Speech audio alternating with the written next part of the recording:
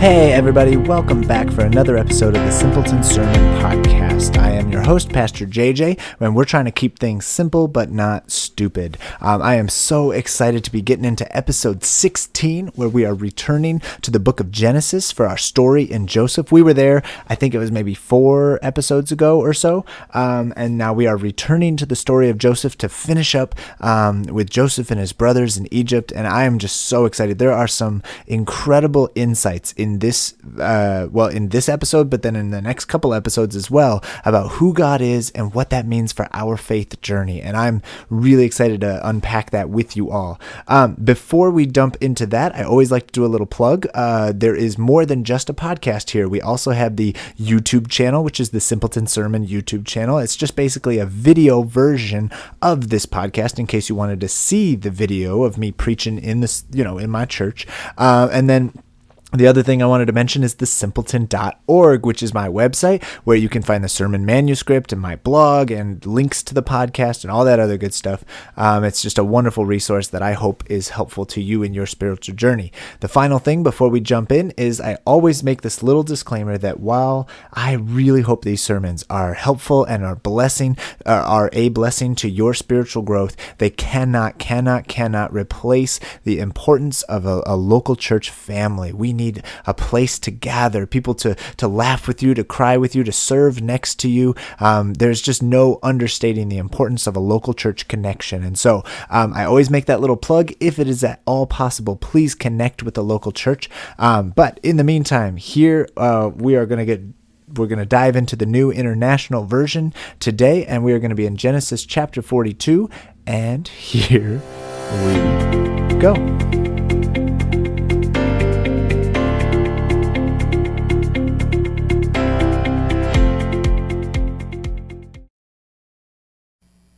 Sometimes there are moments in life when something happens, just one key moment, and we look around and we think, oh, that's why everything happened. You know the story, like a young lady breaks her leg and she loses her sports scholarship and she flunks out of school and her whole life is ruined, but then in the hospital she meets a nice young doctor and they get married and they live happily ever after. One bad thing happens, and then a good thing happens later, and we say, aha, that was God's plan all along.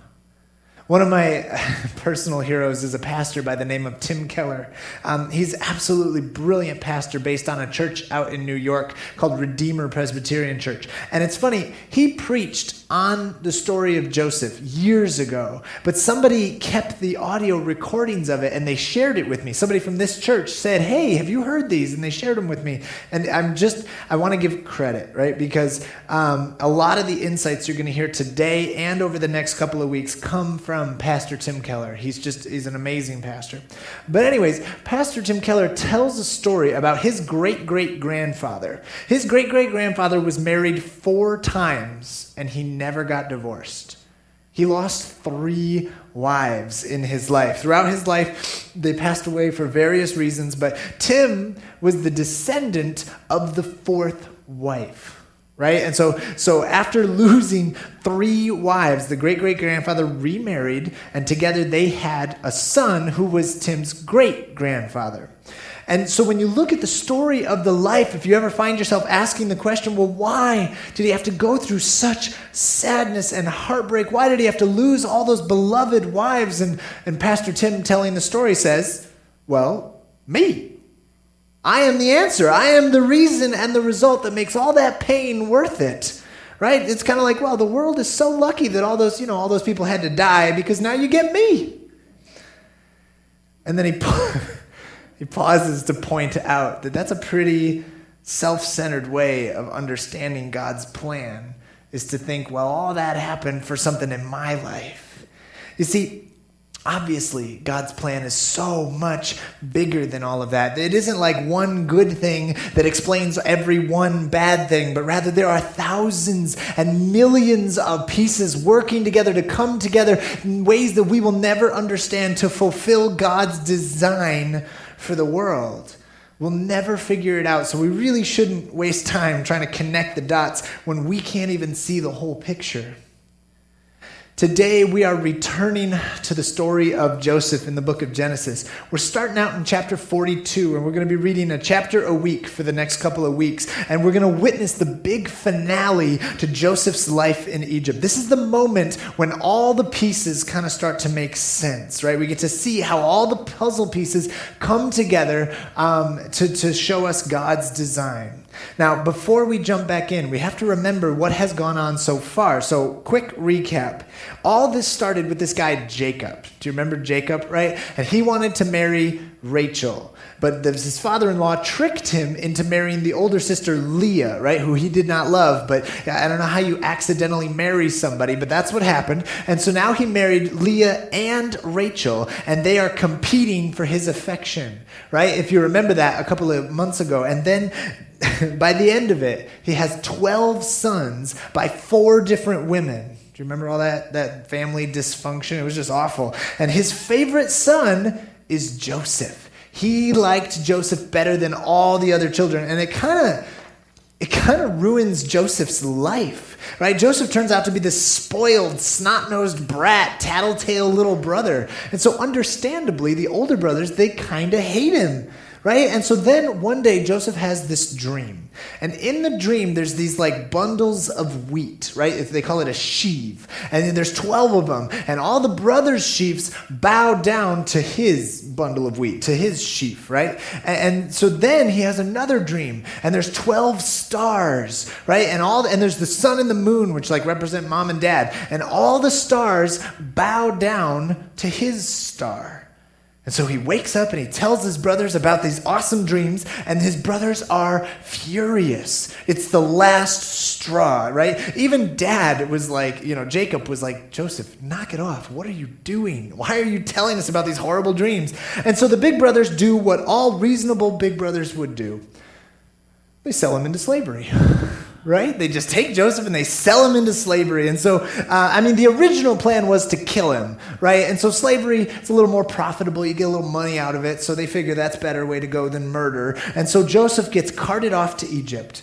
And that's all the stuff that we covered in last time's sermon series. 2 months ago, we were doing all of that, right? And we read the story about how he ends up in Potiphar's house, how he gets falsely accused, and then he winds up in prison, and then how Pharaoh has that weird dream, and Joseph is the only one who can interpret it. And so then Joseph gets out of prison, and now he is the governor of Egypt. He's like second in command, right? He's the vice president of Egypt, Joseph. Right? And so at the end of the last sermon series, Joseph was preparing Egypt for a famine, and he was an extremely important and successful.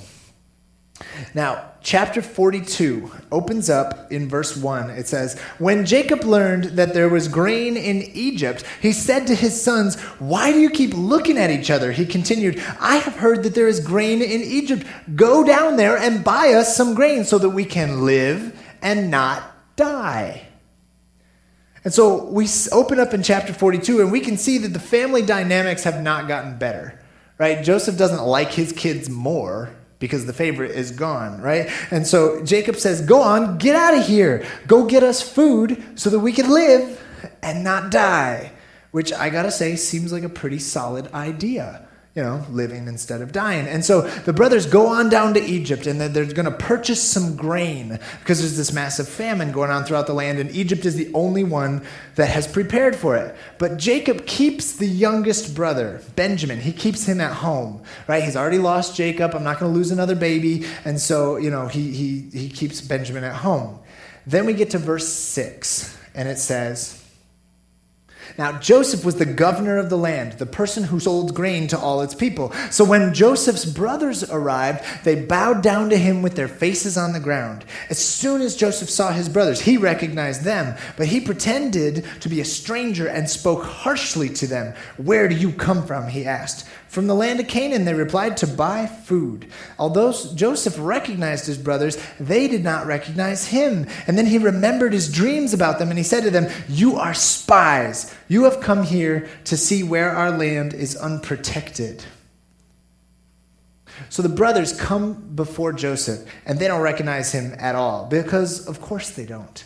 right? When they sold him, he was this privileged, spoiled teenage upstart, right? But now he has grown into a hardworking, well-respected, successful man. Despite their best efforts, his time in Egypt has been very good for Joseph's development. I mean, imagine what Joseph would have turned out like if he hadn't been sold into slavery.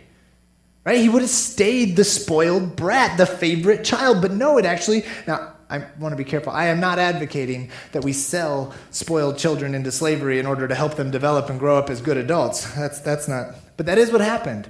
So anyways, the brothers come before Joseph and they bow down in front of him. But what I want you to see in verse 6 is that the fulfillment of the dream, that verse 6 is the fulfillment of the dream that Joseph had 5 chapters ago.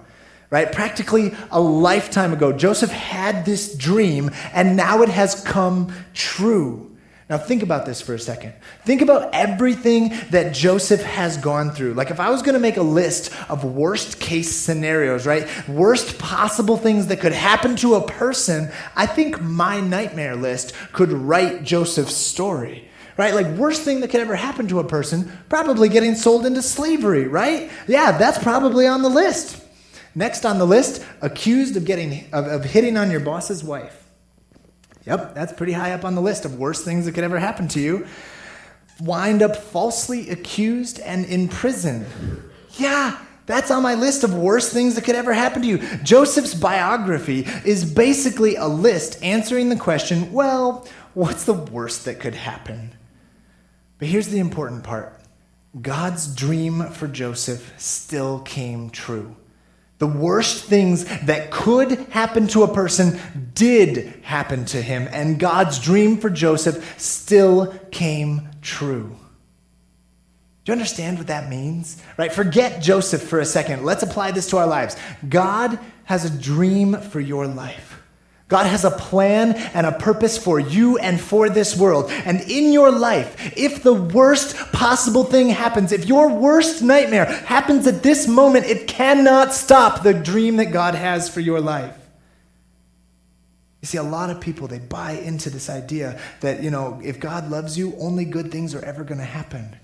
But that's not what the Bible shows us. The real truth of the Bible is that no matter what happens to you, all the good and all the bad, none of it can stop God's dream for your life. The moment that we see that Joseph's dream is fulfilled, it should flood us with relief because it shows us that our God is a God who keeps his promises. Our God is a God who follows through, even if the road is bumpier than we want it to be.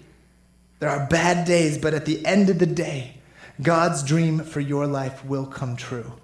Whether that's today, tomorrow, at the end of your life, or at the end of creation, God's plan all comes together. Now, I could almost stop right there. I mean, verse 6, right? And then again in verse 9, this is the big thing. This is the fulfillment of the dream. But the story's not quite over. Right? Now that Joseph, they're all bowing down in front of Joseph, he kind of looks and he's figuring, well, I got to mess with them a little bit. Right? I got all my brothers here bowing down. And so now I should mention this prank that Joseph is about to play on his brothers. It's a multi-part prank. There's 3 parts to this. And so we're going to introduce it today, but we're not going to resolve it. We're going to find out what happens in a couple of weeks. This is so cool. It's beautifully set up. Joseph lays it out so that his brothers actually have an opportunity to redeem themselves. And we're not going to get to that yet. We're just going to lay it out, the setup.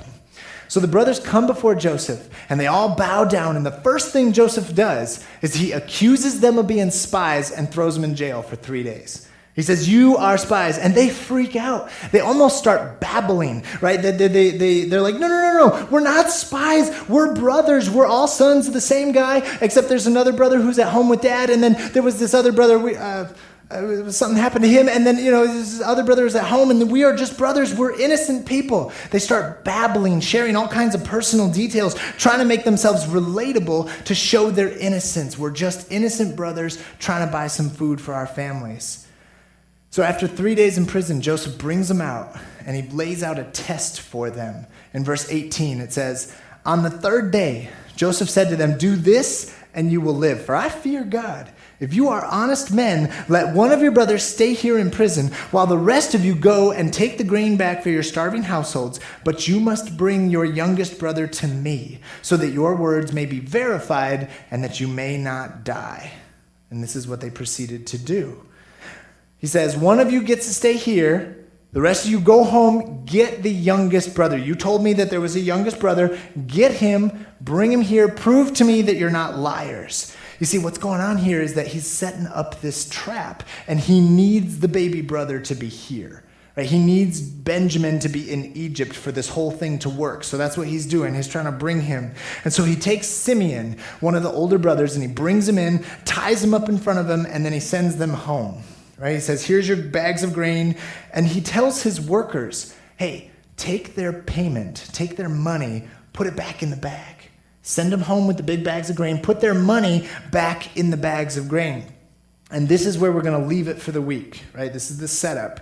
Verse 27, it says, so the brothers start heading home. And in verse 27, it says, "At the place where they stopped for the night, one of them opened up his sack to feed his donkey, and he saw his silver in the mouth of his sack. 'My silver's been returned,' he said to the brothers. 'Here it is in my sack.' And their hearts sank, and they turned to each other trembling, and they said, 'What is this that God has done to us?'" What is God doing to us? They're on their way home. They open up their bags. They realize the money is in the bag, and the money is still there. And they panic. They say, "Oh my gosh, you remember that super mean governor, right? He didn't like us. He put us in jail for 3 days. He's going to think we stole the money. What is God doing to us?" Have you ever had that question in your life? Like you're just looking at yeah, the bad things that are happening in your life, and you're just like, what is God doing to me? Like, what do I have to go through? What is happening? And the whole rest of the chapter is basically just them, like, telling them, it's just them going home and telling Jacob, telling Dad all about it, the whole story about why Simeon is still there and how they need to bring Benjamin when they go. And they don't realize it yet. The trap has been set, and they're about to fall right into it. And so they open up the bags of grain, and they find all their money, and they freak out. They say, "What is God doing to us?" So let's ask that question for a second. What is God doing to them? Tim Keller, that pastor that I mentioned earlier, he takes the story of Joseph and he connects it to Hebrews chapter 12. And it says in Hebrews chapter 12 verse 5 and 6, have you completely forgotten this word of encouragement that addresses you as a father addresses his son? It says, "My son, do not take light of the Lord's discipline. Do not lose heart when he rebukes you, because the Lord disciplines the one he loves. He chastens everyone he accepts as his son." And then in verse 11, he says, "No discipline seems pleasant at the time, but seems painful. Later on, however, it produces a harvest of righteousness and peace for those who have been trained by it."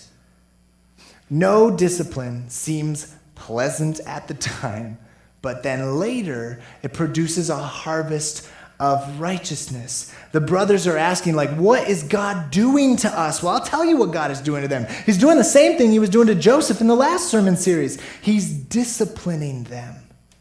Now, I want to be careful with that word discipline, because normally when we hear the word discipline, what do we think? We think punishment, right? Like he's punishing them. But that's not actually what it says. In the Greek, that in the book of Hebrews, in the Greek, the word is paideia. Now, paideia for discipline, it actually is the root of the word pediatrics. Paideia, and I'm going to put it on the screen, paideia means the oversight of the entire environment of the child so that the child receives everything they need to grow. The idea of paideia, as Tim Keller says, he says, paideia is nurture, but it's nurture with teeth in it. You see, when it comes to nurturing a child, when it comes to raising a child, you must bring consequences into their life. Right? If they steal, or if they hurt someone, or if they lie, there must be consequences. But there is a difference between nurturing discipline and retribution. Right? Retribution is like when you're trying to pay somebody back, right? You have frustrated me, and so I'm going to pay you back. I'm going to make you cry. And in child rearing, sometimes parents or teachers or whoever it is, sometimes we might accidentally slip into the payback mentality instead of the nurturing mentality. It's almost impossible to parent a child without sometimes slipping into that payback mentality. I mean, I've never done it, right? Because I am a perfect father to my children, but I've heard rumors, other parents, people not as good as me, right? Well, okay, little confession. I may have slipped into the payback mentality like once or twice a day for years, But that's kind of the point, right? Humans can't paideia right. We can't nurturing discipline perfectly all the time, but God can. We need God's paideia. Paideia is not justice. Paideia is love. You bring into a child's life just enough unpleasantness and not one iota more to help the child change, to transform their life, to help them escape becoming a liar, to help them escape becoming a thief. Yes, consequences, but only to help them lovingly grow into something good. It's nurturing discipline. Okay, so let's bring this back to Joseph. Throughout his story, you remember how he started out, right? He was this bratty, spoiled brat kid. God was transforming Joseph through nurturing discipline, through all that stuff that happened to him. And now it's the big brother's turn, right? They also need transformation. They also need that nurturing discipline that's going to transform their hearts. We all need God's paideia. You see, I think an easy reading of what's going on here is that it's Joseph being vengeful, right? Like it's just retribution. He's just getting them payback. But what I want to show you is that Joseph is actually being nurturing to his brothers. He is bringing about transformation in his brothers' lives. And we're going to see that as we go through this series. But for here today, I just want to set it up. Joseph is messing with his brothers, but it has a purpose in their lives because God has a dream for their lives and nothing can mess that up. The good news today is that God has a dream for your future. God has a dream for your life. And even though there are bad things that might happen, there's going to be mountains and valleys between now and the fulfillment of that dream. Nothing can keep that dream from happening. Do you understand what I'm saying? God has a dream for your life, and you can't mess that up. You can't mess up God's plan for your life. Now, don't get me wrong. You can ruin your life, but you can't ruin God's plan. Right? Your decisions matter because of course they do. Your decisions matter, but you cannot ruin God's plan. Even the worst thing that could ever happen to you cannot stop God's purpose for your life. All the bad decisions and all the evil things that have happened in your life, the greatest assaults on God's dream for your life can only ever fulfill that dream. Look at what happened to Joseph. The greatest assaults on Joseph's life, the worst thing that could ever happen to his life are the things that end up fulfilling God's plan for Joseph. And the same is true for you. God has a plan for your life. God has a dream and a purpose for you. The greatest assaults on your life, if you're feeling like your world is just attacking you, the greatest assaults on your life cannot overcome God's dream for you. No matter how bad it gets, no matter how far down you go, you are never too far for God to redeem what is happening in your world. You are never too far gone for God to bring you home. That should give us some confidence. So to close out today, my application, my challenge for you, honestly, I just want you to cling to this truth. God has a particular talent for redemption. God has a dream for your life, and he will see that dream fulfilled. And it's important to note, it may not be the same thing that you have. It may not be what you've got in your mind, but I want you to live into the redemption, live into God's dream for your life. Remember, the worst assaults on that dream are probably the catalyst that God is going to use to bring about the fulfillment of his dream. When the worst moment of your life is happening to you, remember God's plan and talent for redemption. God's paideia, that nurturing, disciplining love is always working in our lives to turn us into someone who is Christ-like. God's talent for using brokenness, something that was designed for evil. That's what the world gives us, things that were designed for evil, but God intends it for love. God intends it for good. I don't know how you can make it through the trials of life without that reassurance. Think about it this way. Let's say a university student goes through some exams and classes, and they fail out miserably, and they drop out of school, and their whole future is destroyed. I mean, they might have to head down to the bar and drown their sorrows in a pint in order to cope with the terrible news of life. But you don't have to do that, because we know and we trust in the God who makes dreams come true. We trust in God's redeeming power, and that can keep us from despair.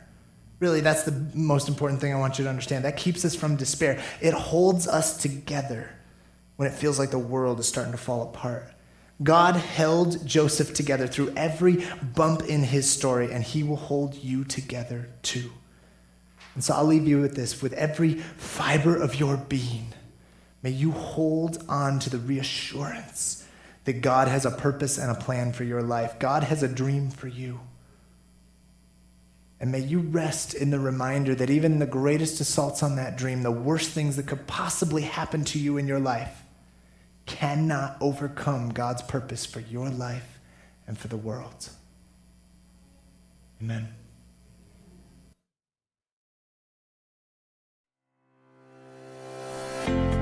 This has been another episode of the Simpleton Sermon Podcast. I hope these words have blessed your soul and helped you see how we can better love God and love our neighbor through the teachings coming out of Joseph. Stick with us next week. We're going to be back into the book of Joseph in Genesis 43.